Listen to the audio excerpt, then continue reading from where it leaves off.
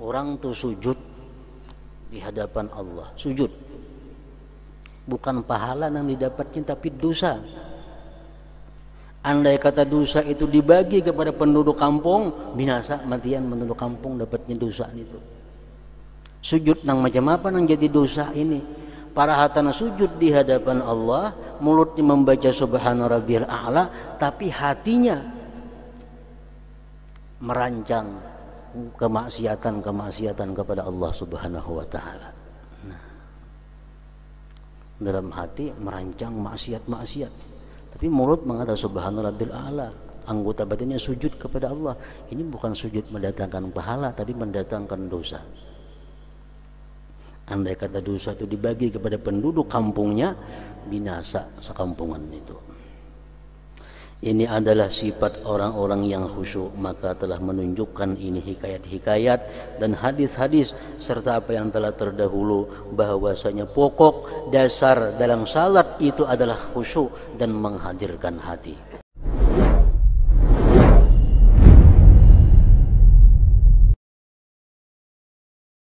Ketahuilah bahwasanya khusyuk itu adalah buah iman dan pendapatan keyakinan. Makin kuat iman, makin khusyuk sembahyang seseorang. Makin tinggi nilai iman seseorang, maka makin bisa untuk khusyuk di dalam sembahyangnya. Karena khusyuk itu adalah buah iman dan pendapatan keyakinan yang dihasilkan karena kebesaran Allah Azza wa Jalla. Barang siapa yang diberi hal itu, maka ia menjadi orang yang khusyuk dalam salat dan di luar salat, bahkan di dalam kesunyiannya dan di Baitul Ma maksudnya WC, bukan Baitul Mal, bukan Baitul Ma, dan di Baitul Ma dan di dalam WC ketika qadha hajat.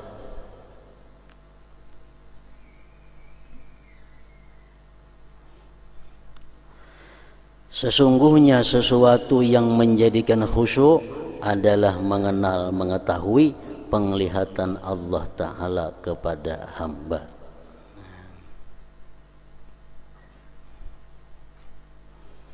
Wa'budillah ka'annaka tarah fa illam takun tarah fa huwa yaraka. Beribadahlah kamu kepada Allah, sembahyanglah kamu seolah-olah kamu melihat Allah. Apabila kita duduk di situ, kita duduk di makam wa'budillah ka'annaka tarah, maka itulah orang-orang yang merasakan kelezatan, merasakan kenikmatan yang luar biasa di dalam sembahyangnya. Wa'budillah ka'annaka tarah, beribadah kamu kepada Allah, sembahyanglah kamu seolah-olah kamu itu melihat Allah. Orang yang melihat Allah itu, dia merasakan satu kenikmatan yang luar biasa, mengalahkan seluruh kenikmatan-kenikmatan yang ada di dalam surga. Di dalam surga, di waktu orang-orang surga asik dengan makanannya, ada yang asik dengan minumnya, ada yang asik dengan perempuan-perempuannya, dengan pasangan-pasangannya. Begitu ada pengumuman bahwa Allah bertajalli, siapa hendak melihat Allah sekarang kesempatannya, seluruh orang-orang surga yang sedang asik itu meninggalkan keasikannya, mereka berebut untuk menuju melihat Allah Subhanahu wa ta'ala. Karena pada melihat Allah itu didapat satu kenikmatan yang lebih daripada kenikmatan lainnya. Nah, jadi hubungannya dengan sembahyang ini adalah u'budillah ka'annaka tarah, engkau beribadah seolah-olah melihat Allah. Kita sembahyang, kita melihat Allah. Maka sembahyang kita akan menjadi nikmat, sembahyang kita akan menjadi suatu kelezatan. Kalau kita kada mampu duduk di makam itu, kita ambil makam yang kedua. Fa illam takun tarah fa huwa yarak. Bila kamu tidak mampu melihat Allah, maka ambil yang kedua, yaitu Allah selalu melihat kamu. Allah selalu mengawasi kamu. Bila kita merasa bahwa sembahyang kita ini diawasi oleh Allah, kita merasa bahwa sembahyang kita diperhatikan oleh Allah, baik anggota zahir maupun hati kita ditilik oleh Allah, tentu kita akan tertuju kepada Allah. Khusyuk itu adalah mengenal, mengetahui penglihatan Allah Ta'ala kepada hambanya, mengetahui kebesarannya dan mengetahui kelalaian hamba. Dari pengetahuan-pengetahuan ini lahirlah khusyuk. Dan tidaklah khusus dengan salat.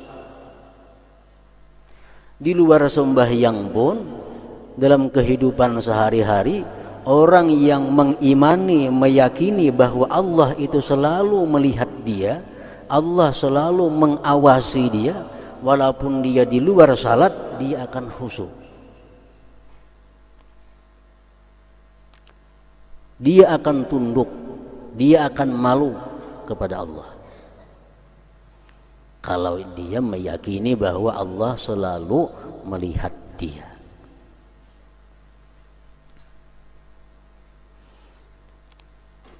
Nah, di luar sembahyang itu merupakan buah yang didapat di dalam sembahyang. Orang yang dalam sembahyangnya khusyuk itu akan bisa mempengaruhi akhlak, budi pekerti, tingkah laku di luar sembahyang. Dari sembahyang yang khusyuk itulah akhlak seseorang menjadi baik, perilaku seseorang menjadi terpuji karena pengaruh bawaan daripada khusyuk di dalam sembahyang tadi, khusyuk di dalam salat tadi. Di luar sembahyang, kalau kita kada bisa musyahadah kepada Allah karena kita belum mampu duduk di makam itu, di pasar, di rumah, dimanapun kita berada, kalau kita belum bisa musyahadah kepada Allah, belum bisa menyaksikan Allah ketika kita melihat sesuatu, belum mampu di situ, kita ambil yang kedua, kita dilihat Allah. Nah, ini makamnya orang-orang salikin, makam orang-orang yang menjalani jalan Allah. Kalau orang yang sudah wasilin, yang sudah sampai ilmunya kepada ma'rifatullah, dia bukan hanya dilihat Allah, tapi dia merasa menyaksikan Allah. Itu makam yang tinggi. Dia melihat sesuatu, dia melihat bahwa itu adalah fi'ilnya Allah. Dia melihat sesuatu apapun, maka yang dalam hatinya terlintas adalah itu fi'il perbuatan Allah. Nah, itu makam yang tinggi. Kalau kita kaum macam itu luar biasa. Kalau kita kadakawa duduk di makam itu, kita ambil makam yang di bawah, yaitu apa? Merasa, meyakini, mengimani bahwa gerak-gerik kita ini ditilik oleh Allah. Tutur kata kita diperhatikan Allah, pandangan kita dilihat Allah, pendengaran kita diawasi Allah, tangan kita diawasi oleh Allah. Nah, itu kedudukan yang kedua. Itu pun kita selamat kalau duduk di situ bandak.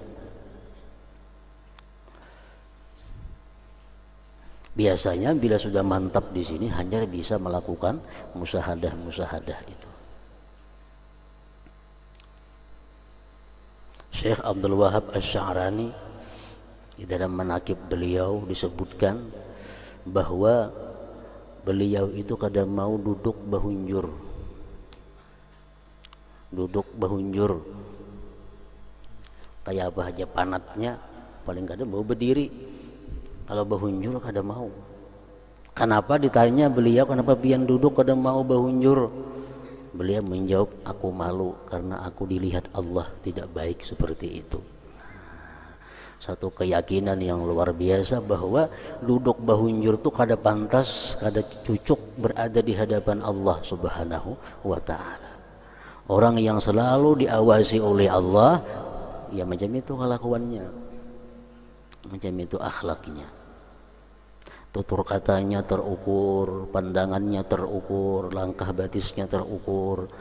Bila sesuai dengan nang malihati digawi, bila anggaran nang malihati ini kada katuju mundur. Nah, macam itu di luar sembahyang sama dengan dalam sembahyang. Bila dalam sembahyang kita meyakini itu apik tuh sembahyangnya, bacaannya apik, gerak-geriknya apik. Kenapa? Karena dinilai, diyuri oleh Allah Subhanahu wa ta'ala, dipintan oleh Allah. Qari itu lawan membaca Quran di panggung lawan di rumah lain. Kalau di panggung qari-qariah itu jalannya aja batur, hendak menuju tempat pembacaan Quran itu nah jalannya betiti. Kenapa? Ada yang menilai, ada spesial yuri adab, kayak apa jalannya, kayak apa duduknya, kayak apa cara membuka Qur'annya. Pasti baapik si kari ini nih. Kenapa? Ada yuri yang menilainya. Tapi kalau di rumah nyaka ada yuri lagi, si kari ini bebarang aja mengaji, bahunjur ke berabah ke apakah. Kenapa? Karena merasa yurinya kada ada lagi. Nah, bila kita jadikan yuri itu adalah Allah Subhanahu wa ta'ala, kita baca Quran di panggung macam dinilai orang, nah itu yang dikehendaki oleh agama. Ihsan, ngarannya maqamul ihsan. Oleh karena itu diriwayatkan dari sebagian mereka orang-orang saleh, orang-orang yang khasyiin, bahwasanya ia tidak mau mengangkat kepalanya ke langit 40 tahun karena malu kepada Allah yang maha suci dan khusyuk kepadanya. Ada orang dahulu, orang-orang aulia Allah kada mau cangang ke atas langit selama 40 tahun, kada mau mengangkatkan kepala cangang ke langit. Kenapa? Karena takut, karena beradab, karena dia selalu diawasi gerak-geriknya oleh Allah Subhanahu wa ta'ala.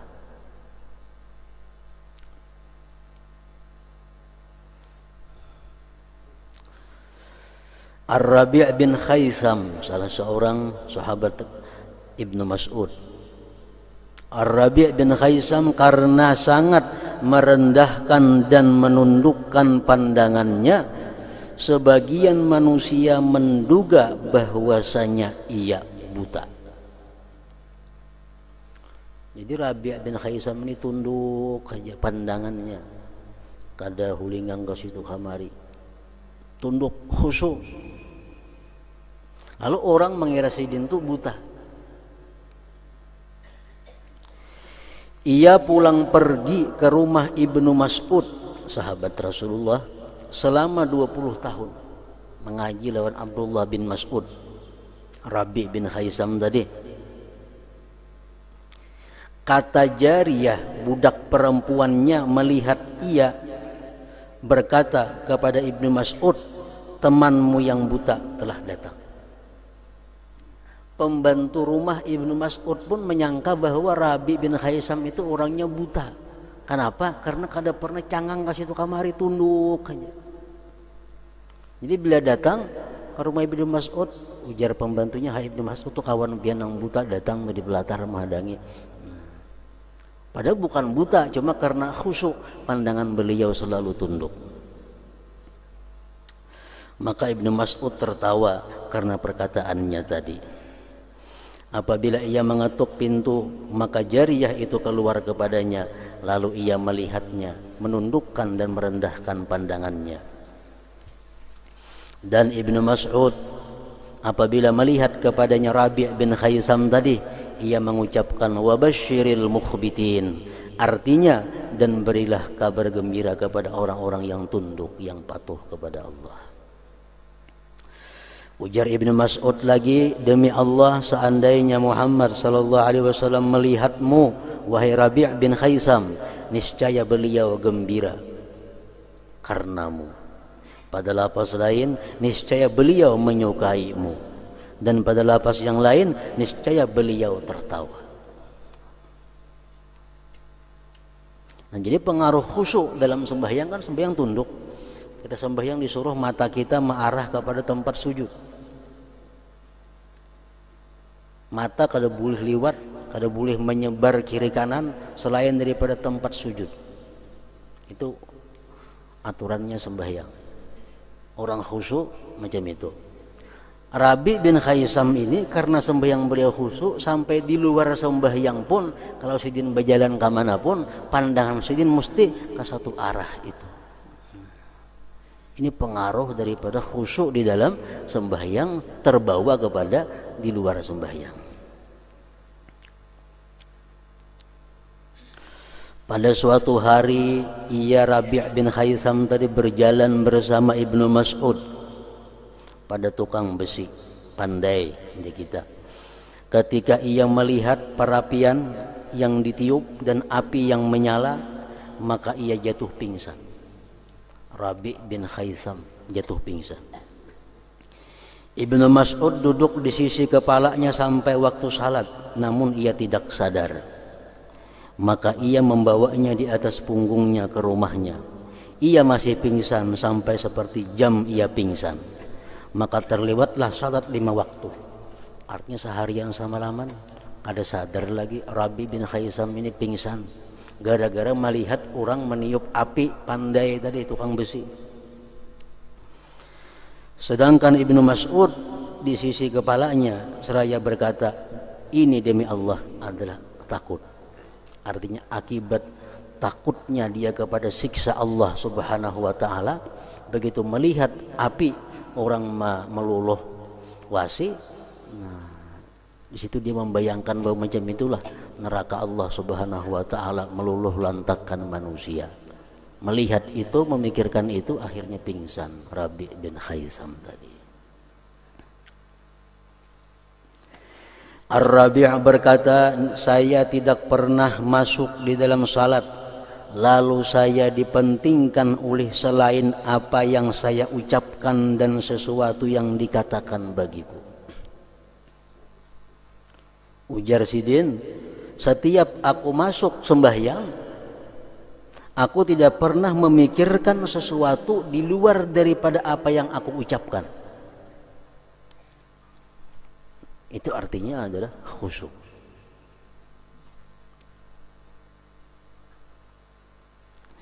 Amir bin Abdullah termasuk golongan orang-orang yang khusyuk salatnya. Apabila ia salat, terkadang anak perempuannya memukul terbang dan orang-orang perempuan bercakap-cakap dengan apa yang mereka kehendaki di rumah. Dan ia tidak mendengar hal itu dan tidak memikirkan. Amir bin Abdullah. Kalau Sidin sembahyang, nang anak, nang bini merasa bebas di rumah, nang baku ciak napakah, menggawi nang apakah. Kalau Sidin sembahyang, kenapa? Karena beliau bila sembahyang sudah kada ingat apa-apa lagi, kada mendengar apa-apa lagi selain masalah sembahyang yang Sidin hadapi. Kalau Sidin kada sembahyang, diam, berterbangan kada wani, memukul terbang karena Sidin tak ganggu. Bila Sidin sembahyang, hanya wani. Tak paling lawan kita kalau tuh.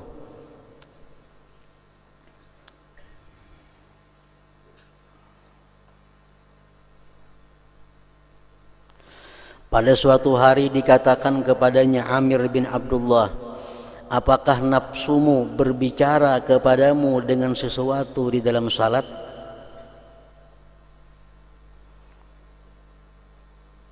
Ujar orang, pian dalam sembahyang itu adalah berbicara dengan diri sendiri. Ia menjawab, ya. Dengan berdiriku di depan Allah Azza wa Jalla dan kepergianku kepada salah satu dari 2 negeri, yaitu akhirat. Dalam sembahyang itu aku hanya berbicara kepada diriku bahwa aku berada di depan Allah Subhanahu wa taala dan aku mau pergi meninggalkan dunia menuju tempat akhirat. Ditanyakan lagi kepada beliau, apakah kamu dapati sesuatu dari yang kami dapati dari urusan-urusan dunia? Maulah pian sembahyang kaganangan duit, kaganangan sepeda motor, kaganangan toko, kaganangan makanan. Maulah pian kami mau macam itu sembahyang. Uja orang betahun lawan sidin. Maulah pian macam itu kaganangan urusan-urusan dunia dalam sembahyang. Ia menjawab, sungguh ditumbak aku berulang kali, itu saya sukai daripada saya mendapatkan sesuatu yang kalian dapati dalam salat. Mun aku tegisin sambahyang sampai terpikirakan dunia aku ditumbak kurang berulang kali ketimbang aku sembahyangku memikirkan dunia. Itu salah citakannya. Ia menjawab, sungguh gigi-gigi padaku berubah itu saya sukai. Nang bujurnya adalah sungguh ditumbak aku berulang kali, itu saya sukai daripada saya mendapatkan sesuatu yang kalian dapati di dalam salat. Dan ia berkata, seandainya terbuka tutupan maka saya tidaklah bertambah yakin. Jasidin, andai kata hijab Allah itu dibuka, kadang menambah keyakinanku. Kenapa? Karena sudah yakin berdahulu. Sudah yakin. Itu salah seorang aulia Allah namanya Amir bin Abdullah tadi. Muslim bin Yasar, salah seorang aulia Allah juga, itu sebagian dari mereka. Dan telah kami nukil bahwasanya ia tidak merasa runtuhnya tiang di masjid di mana ia sedang dalam salat. Beliau salat di suatu masjid, masjidnya runtuh, orang abut, sini sembahyang terus. Tong sembahyang, hanya padahal orang tuh masjid rubuh pian tahulah, kada tahu. Daripada hanyutnya di dalam sembahyang itu.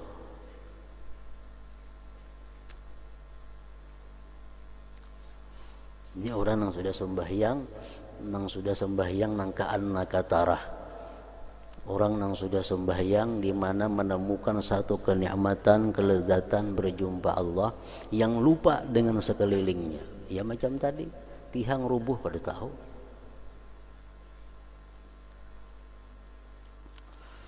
Dan sebagian salah satu anggota badan mereka gatal, membusuk artinya, dan padanya dibutuhkan pemotongan, amputasi, maka pemotongan itu tidak mungkin daripadanya.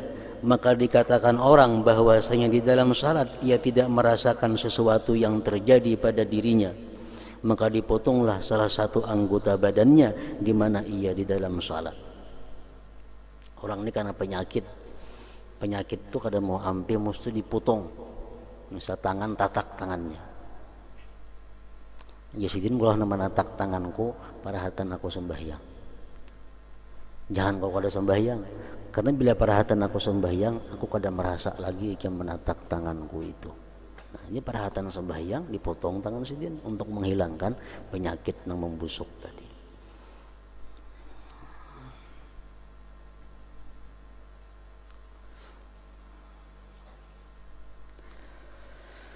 Sebagian mereka berkata salat itu termasuk akhirat.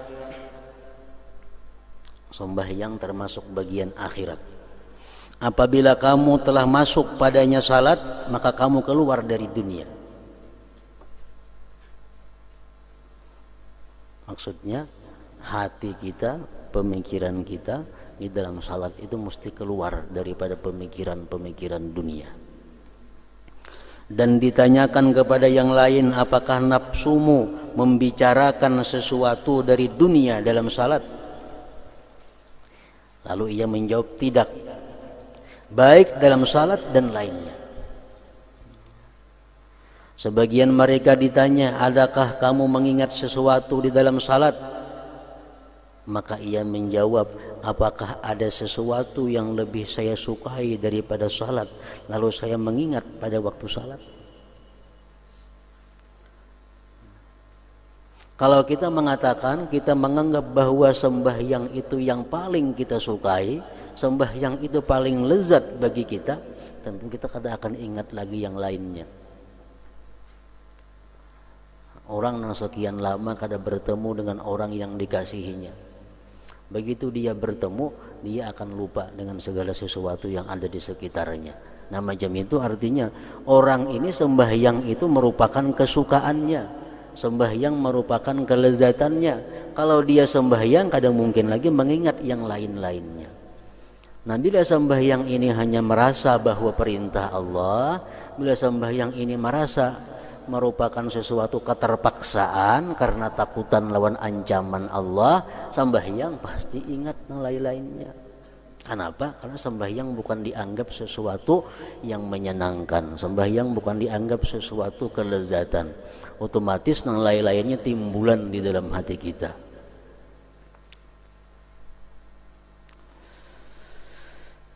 Abu Darda radhiyallahu anhu berkata, termasuk kecerdikan seseorang adalah ia mendahulukan kebutuhannya sebelum ia masuk di dalam salat, agar ia masuk ke dalam salat sedangkan hatinya kosong.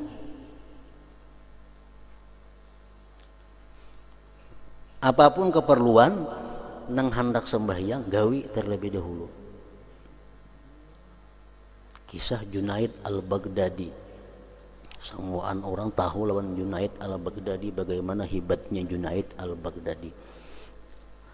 Jadi nak ke masjid jadi imam, turun dari rumah sampai tengah jalan, kenapa timbul hendak mengumpuli bini, maka hendak sembahyang. Di tengah jalan kepikiran hendak mengumpuli bini, boleh kesini ke rumah dulu, boleh kumpuli bini, mandi, ke masjid pulang, supaya sembahyang jangan terbawa pikiran nang macam-macam. Nah, termasuk orang yang cerdik macam itu ngarannya. Termasuk kecerdikan seseorang adalah ia mendahulukan kebutuhannya sebelum ia masuk dalam salat. Makan, minum, apakah dibereskan dahulu hanya sembahyang, agar ia masuk ke dalam salat sedangkan hatinya kosong. Sebagian dari mereka meringankan salat karena takut was-was. Meringankan artinya mempercepat sembahyang namun tanpa mengurangi yang wajib-wajibnya dan sunat-sunatnya. Dalam sembahyang itu ada yang wajib, ada yang sunat, ada yang fadilah. Sebagian dari mereka meringankan salat karena takut waswis. Kalau sembahyang kuni panjang, kita pikiran kemana-mana banyak. Jadi kalau sembahyang ku ringkas, kawa terarah. Diriwayatkan bahwa Ammar bin Yasir salat dengan suatu salat, lalu ia meringankannya. Sembahyang jadi imam cepat tapi sempurna. Amun cepat kada bubuku beruas tu lain cepat ngarannya. Ini cepat sempurna. Ammar bin Yasir sembahyangnya cepat. Maka ditanyakan kepadanya, kamu ringankan hai Abul Yaqzan, itu kunyah beliau, panggilan sehari-hari beliau. Ancapnya pian sembahyang wahai Abul Yaqzan. Lalu ia menjawab, apakah kamu melihat saya mengurangi sesuatu dari batas-batasnya? Kurangkah? Mereka menjawab tidak. Ia berkata, sesungguhnya saya segerakan terhadap lupanya syaitan. Karena Rasulullah SAW bersabda, innal abda la yusalli salata la yuktabu lahu nisbuha wala thuluthuha wala rubu'uha wala khumusuha wala sudusuha wala ushruha wa kana yaqul innama yuktabu lil abdi min salatihi ma aqala minha. Bahwasanya seorang hamba, sesungguhnya hamba itu salat dengan sesuatu salat di mana tidak ditulis baginya separuhnya. Tidak dinilai Allah, separuhnya aja kada, sepertiganya aja kada, seperempatnya kada, seperlimanya kada, seperenamnya kada, dan tidak sepersepuluhnya. Dan beliau bersabda, ditulis bagi hamba dari salatnya hanyalah sesuatu yang ia pikirkan daripadanya. Sembahyang 2 rakaat pindik tapi khusyuk. Sembahyang 2 rakaat panjang tapi kada khusyuk, kada ditulis Tuhan juga itu. Banyak panjang bacaannya. Allah hanya menulis kalau kita bisa khusyuk. Kalau panjang khusyuk makin bagus lagi artinya. Nah, cuma kalau nya panjang kada khusyuk, pindik tapi khusyuk, baik nang pindik itu sembahyangnya.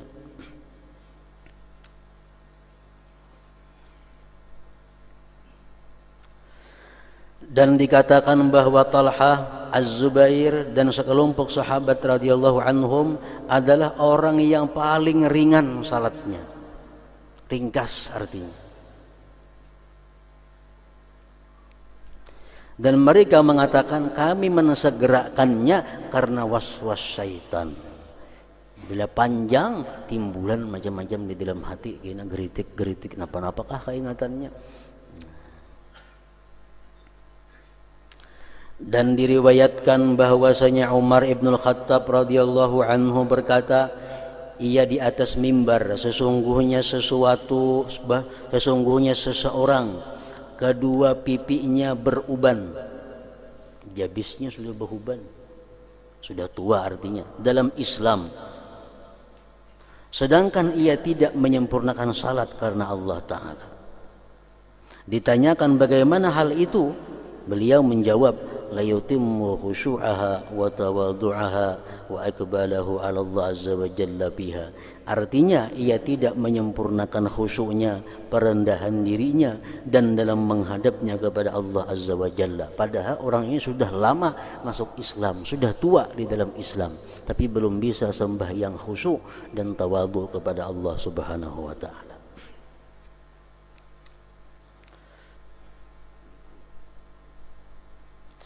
Abul Aliyah ditanya tentang firman Allah Ta'ala, alladzina hum an salatihim sahun, artinya yaitu orang-orang yang lalai dari salatnya.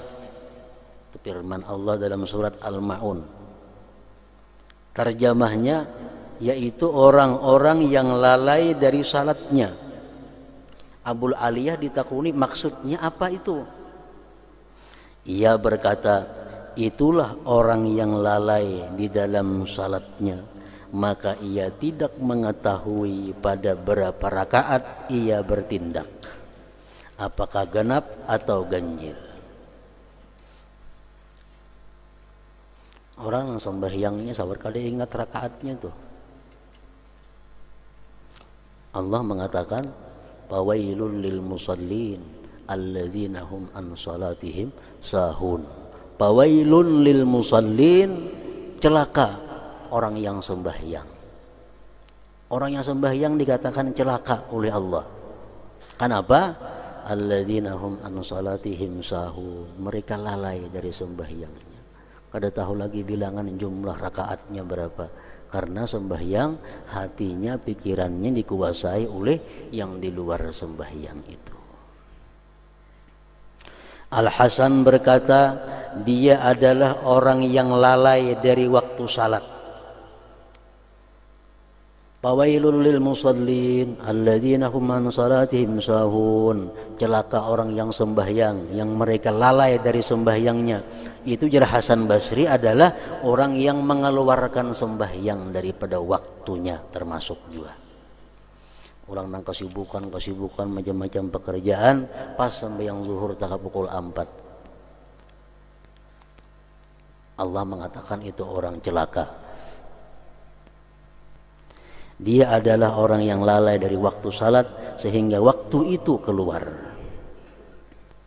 Sebagian dari mereka berkata, dialah orang yang jika salat di awal waktu maka ia tidak bergembira, dan jika mengakhirkannya dari waktu maka ia tidak bersedih. Ia tidak melihat, berpendapat mensegerakannya itu sesuatu kebaikan dan mengakhirkannya suatu dosa. Macam-macam ulama mentafsirkan firman Allah tadi. Celaka orang yang lalai dalam sembahyang. Ada yang menafsirkan, Abul Aliyah tadi ngaran sidin menafsirkan, untuk orang nang sembahyang kali ingat hitungan rakaat. Ada Hasan Basri menafsirkan orang yang sengaja mengeluarkan waktu sembahyang. Ada lagi yang berpendapat artinya tafsirnya itu firman Tuhan tadi adalah orang yang sembahyang di awal waktu kadang merasa gembira, orang yang sembahyang di luar waktu kadang merasa salah. Ini sembahyang pas awal waktu biasa-biasa aja. Kadang-kadang awur sibuk sembahyang zuhur pukul 5 biasa aja juga. Nah, ini menganggap semuaan biasa. Padahal sembahyang di awal waktu itu keridaan Allah. Mestinya gembira. Sembahyang di luar waktu itu kemurkaan Allah, mestinya takut. Itu mestinya orang-orang yang beriman. Adanya kada sembahyang di awal waktu biasa aja. Di luar waktu kada jadi masalah. Allah mengancam fawailun lil musallin tadi. Ketahuilah bahwasanya salat itu sebagiannya diperhitungkan dan sebagiannya dicatat. Ketiadaan sebagian yang lain sebagaimana ditunjukkan oleh hadis-hadis, meskipun ahli fikih mengatakan bahwa salat itu tidak terbagi atas bagian-bagian dalam kesahannya, tetapi itu mempunyai pengertian lain yang telah kami sebutkan. Kalau hukum fikih sembahyang itu bila sah ya sah sudah. Bisa kada terbagi-bagi lagi, bila satu sah sudah ngarannya. Nah, kalau ulama tasawuf setiap yang sah itu kada tentu baik lagi. Ada yang khusuknya sepertiga, ada yang seperapat, ada yang seperlima.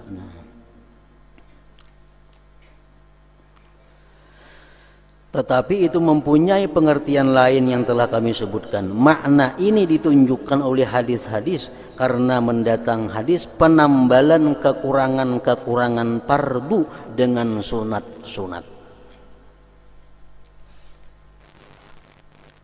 Sembahyang sunat, rawatib, qabliyah, ba'diyah contohnya. Itu menambali kekurangan nang fardu. Bukan nang fardu kada digawi ini tuh kau menambali kada kawa. Misalnya sembahyang zuhur kada digawi, diganti lawan sunat kawalah kada kawa. Nah, maksudnya sembahyang sunat itu bisa menambali nang fardu kehusuannya. Sembahyang zuhur misalnya kita khusyuk cuma 2 rakaat, 2 rakaatnya los. Nah, karena qabliyah zuhur 4 rakaat kita dapat khusyuk sarakaat. Nah, menambal kepada nang fardu tadi. Karena ba'diyah zuhur pula 4 rakaat dapat khusyuk sarakaat, menambal kepada nang zuhur 4. Akhirnya sempurna menjadi 4 rakaat baik, 4 rakaat khusyuk. Jadi maksudnya bahwa sembahyang sunat itu menambal kekurangan sembahyang fardu, bukan kekurangan sembahyangnya, tapi kekurangan nilai, kekurangan khusyuk yang ada dalam sembahyang. Dalam hadis Isa alaihissalam berkata, Allah Ta'ala berfirman, dengan fardu-fardu hambaku selamat daripada siksaku. Dengan sembahyang fardu yang lulus kita selamat daripada api neraka. Dan dengan sunat-sunat hambaku mendekatkan diri kepadaku. Sembahyang fardu kita beres, kita selamat. Ditambah dengan sunat kita menjadi dekat dengan Allah, menjadi orang yang dicintai oleh Allah Subhanahu wa ta'ala. Dan Nabi SAW bersabda, Allah Ta'ala berfirman, la yanju minni abdi illa bi'ada'i maftaradtuhu alaih. Artinya tidaklah hambaku selamat dari siksaku melainkan dengan menunaikan apa yang aku fardukan kepadanya. Yang utama kita gawe itu keparduan. Jangan nak sembahyang sunat kalau keparduan masih ada.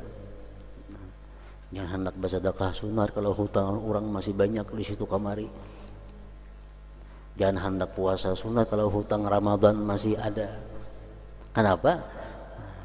Karena Allah mengatakan bahwa hambaku itu kada akan selamat kecuali dia menunaikan kefarduan-kefarduannya. Dan diriwayatkan bahwasanya Nabi sallallahu alaihi wasallam shalla salatan fataraka min qiraatiha ayah falamman fatala qala madza qara'tu فسكت القوم فسأل أبي بن كعب رضي الله عنه فقال قرأت سورة كذا وتركت آية كذا فما ندري أنسخت أم رفعت فقال أنت لها يا أبي ثم أقبل على الآخرين فقال ما بال أقوام يحضرون صلاتهم ويتمون صفوفهم ونبيهم بين أيديهم لا يدرون ما يتلو عليهم من كتاب ربهم ألا إن بني إسرائيل كذا فعلوا فأوحى الله عز وجل إلى نبيهم أن كل قومك تحضروني أبدانكم وتعطوني ألسنتكم وتغيبون عني بقلوبكم باطل ما تذهبون إليه. Artinya beliau Rasulullah sallallahu alaihi wasallam salat dengan suatu salat. Nabi jadi imam, Rasulullah jadi imam, sahabat-sahabat di belakang. Ia meninggalkan satu ayat dari bacaannya. Nabi kita membaca sebuah surah dalam Al-Quran, lalu satu ayat silin tertinggal. Ketika beliau berpaling tuntung sembahyang, artinya beliau bersabda, apakah yang saya baca? Jar Nabi lawan sahabat, aku tadi membaca surah napa sembahyang tadi. Maka diam oleh kau, kadang nyahutnya. Ya Nabi, aku tadi membaca surah napa sembahyang tadi, surah apa yang aku baca? Kadang jawabnya, berarti kan mendengarnya. Lalu beliau bertanya kepada Ubay bin Ka'ab, wahai Ubay, aku tadi membaca surat napa? Maka ia menjawab, engkau membaca surat ini dan engkau tinggalkan ayat ini, dan kami tidak tahu apakah ayat itu dinasakh atau diangkat.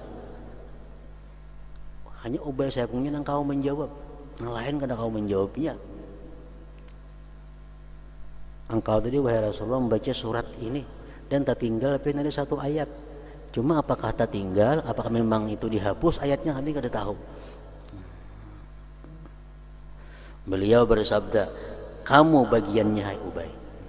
Ikam bujur Ubay, artinya jar Nabi. Kemudian beliau menghadap kepada orang-orang yang lain dan bersabda Nabi kita, ujar Nabi kita, bagaimanakah keadaan kaum yang menghadiri salat mereka dan menyempurnakan saf-saf mereka, sedangkan Nabi mereka di hadapan mereka, mereka tidak mengetahui apa yang Nabi baca dari kitab Tuhan mereka. Ketahuilah bahwasanya Bani Israel melakukan demikian itu. Maka Allah Azza wa Jalla mewahyukan kepada Nabi mereka bahwa katakanlah kepada kaummu, kalian menghadirkan badan-badan kalian dan kalian berikan kepadaku lidah kalian, namun kalian gaib daripadaku dengan hati kalian. Batal apa yang menjadi pendapat kalian itu. Artinya sembahyang kalian itu kada ada artinya di sisi Allah Subhanahu wa ta'ala. Nah makanya makmum itu disuruh mendengarkan bacaan imam. Makmum kada boleh membaca surah, disuruh mendengarkan bacaan imam kalau mendengar. Oh jadi tahu imam ini membaca surat ini.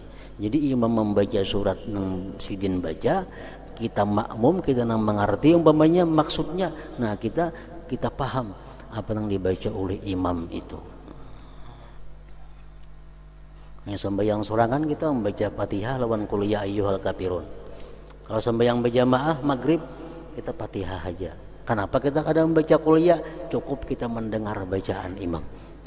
Cukup mendengar bacaan imam.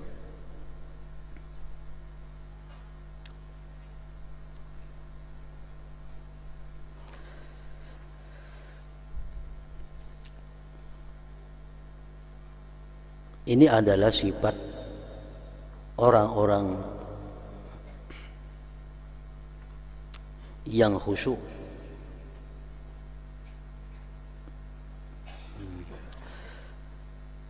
adalah gantian dari membaca surat itu sendiri.